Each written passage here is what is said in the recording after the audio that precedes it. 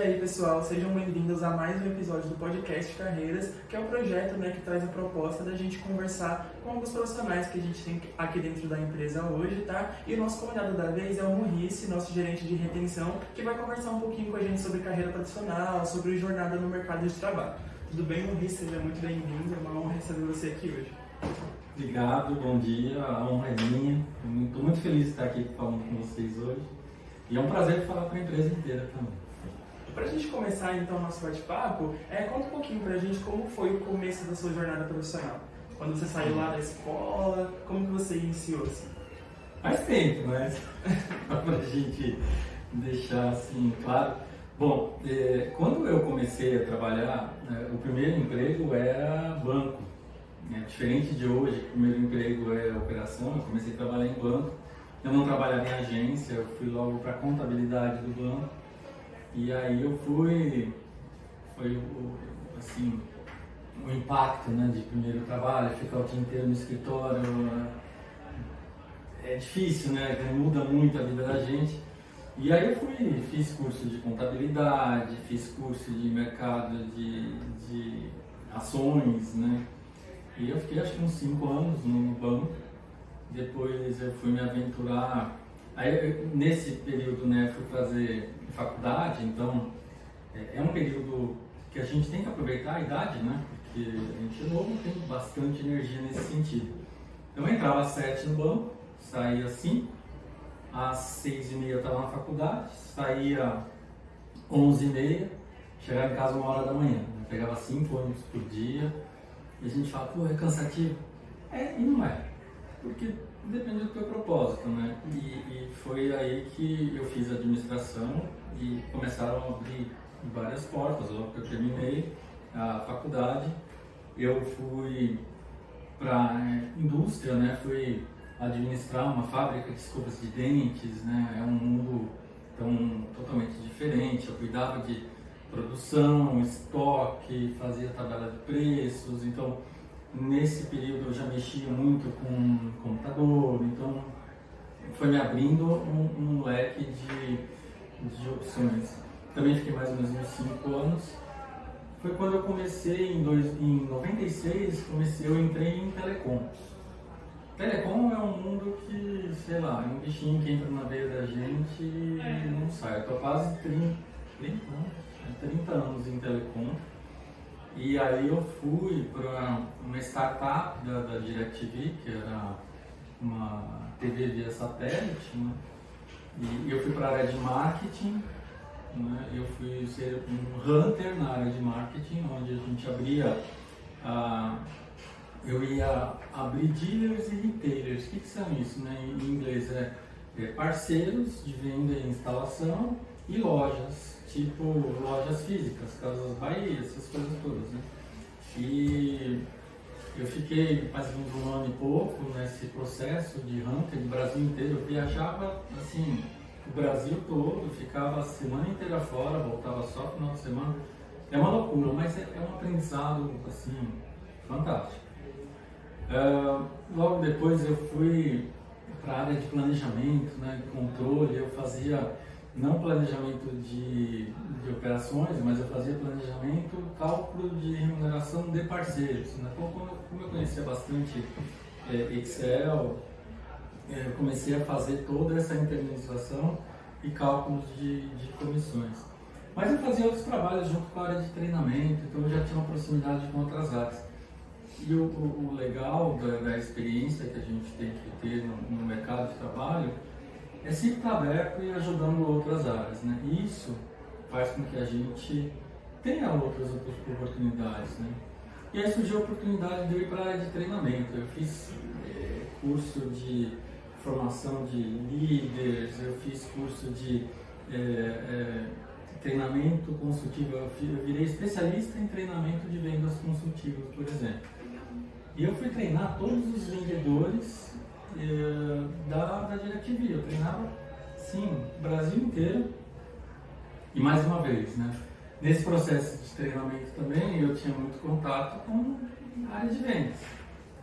Aí surgiu a oportunidade de eu assumir uma área de vendas em São Paulo, onde eu cuidava de dealers e retailers e vendedores próprios. Eu tinha acho que uns 80 vendedores próprios, eu cuidava de lojas Carrefour, todos os supermercados com vendedor próprio da empresa. Os parceiros vendiam e instalavam, eu tinha alguns vendedores deles também que cuidava e fazia a venda e instalação. Foi onde eu comecei a implementar alguns pequenos televendas também, e aí o negócio foi crescendo. Fui convidado para assumir o televendas nacional da DirecTV. Você vê, uma coisa vai encaixando a outra, e é bem legal que você vai, o tempo passa muito rápido e você vai crescendo, né? Muito legal saber dessa sua jornada, desse seu caminho. Conta um pouco pra gente como foi sua chegada aqui na Desktop. O que você viu de novo? Então, na Desktop eu vim numa função totalmente diferente ainda, pra você ver. Depois de tantos anos de telecom, eu vim para um processo novo que é reter o cliente, né? Então, eu sempre tive aquela visão de trazer um novo cliente, mas sempre, né, nesse período todo, nesses 25 anos de vendas de telecom, uma coisa sempre estava imbuída na gente, né?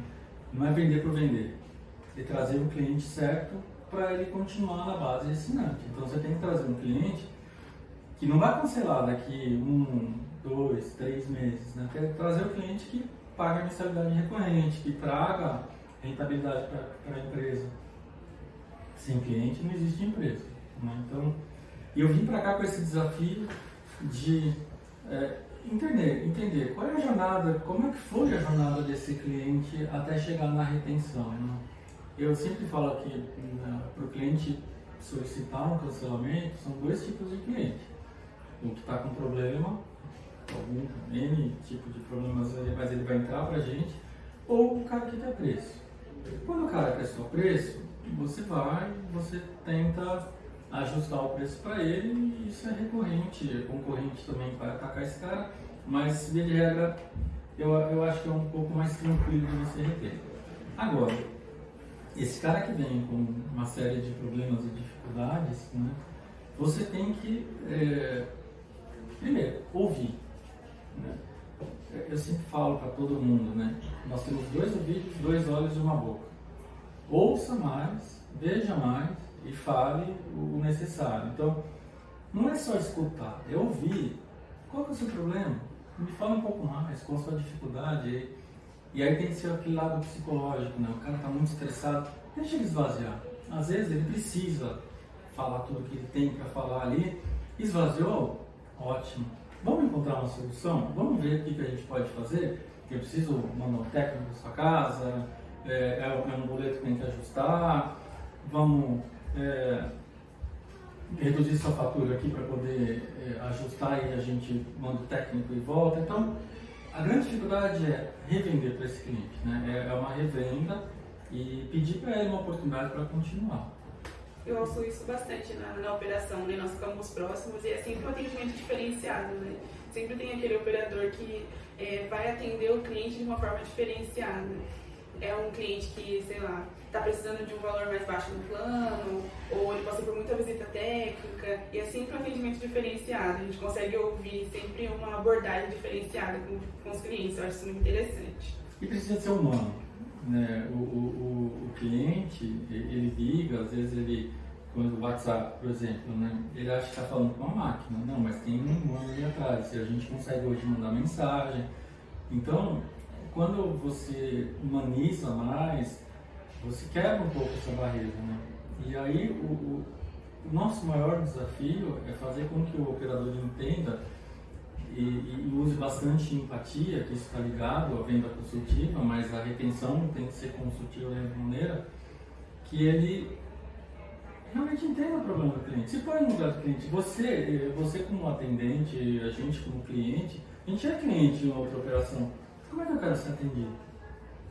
Né? Esse é o detalhe, esse é o ponto. Fazendo a visão um pouco mais voltada para a gerência, né? Para a gestão de pessoas em si. Qual é as competências assim, que você acha necessário para alguém conseguir conduzir esse cargo assim, da melhor forma?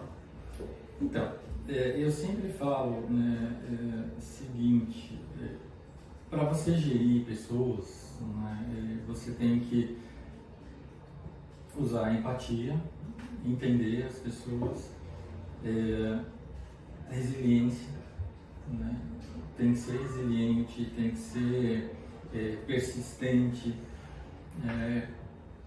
As pessoas têm que achar que o fato de você estar gerente, né, não é que você é gerente, por exemplo, como gestor. Você está naquela posição, mas você, assim, está num cargo, mas você é igual a todo mundo. Quer dizer, você só tem um monte de responsabilidades a mais, que é cuidar de um monte de pessoas, cuidar de um monte de processos, né? Entender todas as dificuldades de todo esse ambiente.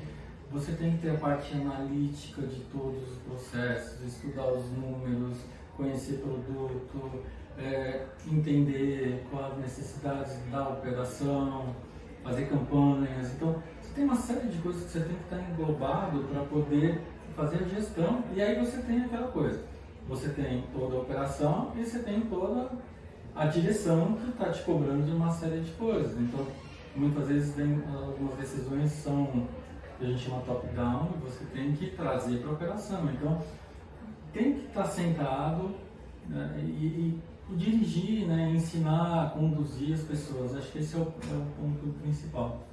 É realmente um desafio, né? Ser gestor é um desafio. Você continua sendo uma pessoa com muitas responsabilidades. Hoje eu sou líder e é um desafio, eu estou na minha primeira liderança. E é um desafio porque eu tenho muita gente para cuidar, são muitas pessoas para lidar. E eu imagino que ser coordenador e ser gerente são desafios 3 vezes maiores, né?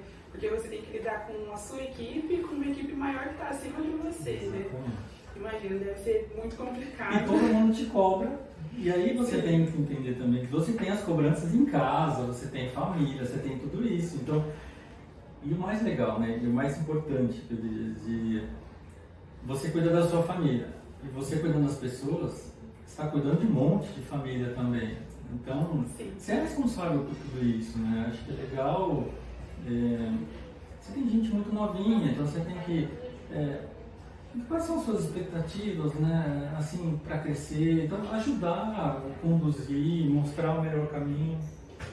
Acho que é isso. Pensando em todas essas pessoas que você cuida e lidar diariamente, quais conselhos você daria para essas pessoas que buscam crescer na empresa, que buscam evoluir, que buscam coisas boas? Vamos lá. Resultado, ele não vem de graça. Resultado é trabalho, é suor, é transpiração, é inspiração, né? Muitas vezes a gente transpira demais do que vai fazer a inspiração, quer dizer, você está focado muito no trabalho, mas você tem que parar para pensar como você está trabalhando, né? Então, a sua carreira é aquilo que eu estava falando no início, né? Você não pode ser imediatista. Eu já estou aqui, eu quero daqui a algum tempo ter o resultado e eu já quero mudar. O que você está se investindo para você chegar onde você quer? Ou você sabe onde você quer chegar? Por exemplo, um operador entra, vai estudar, né?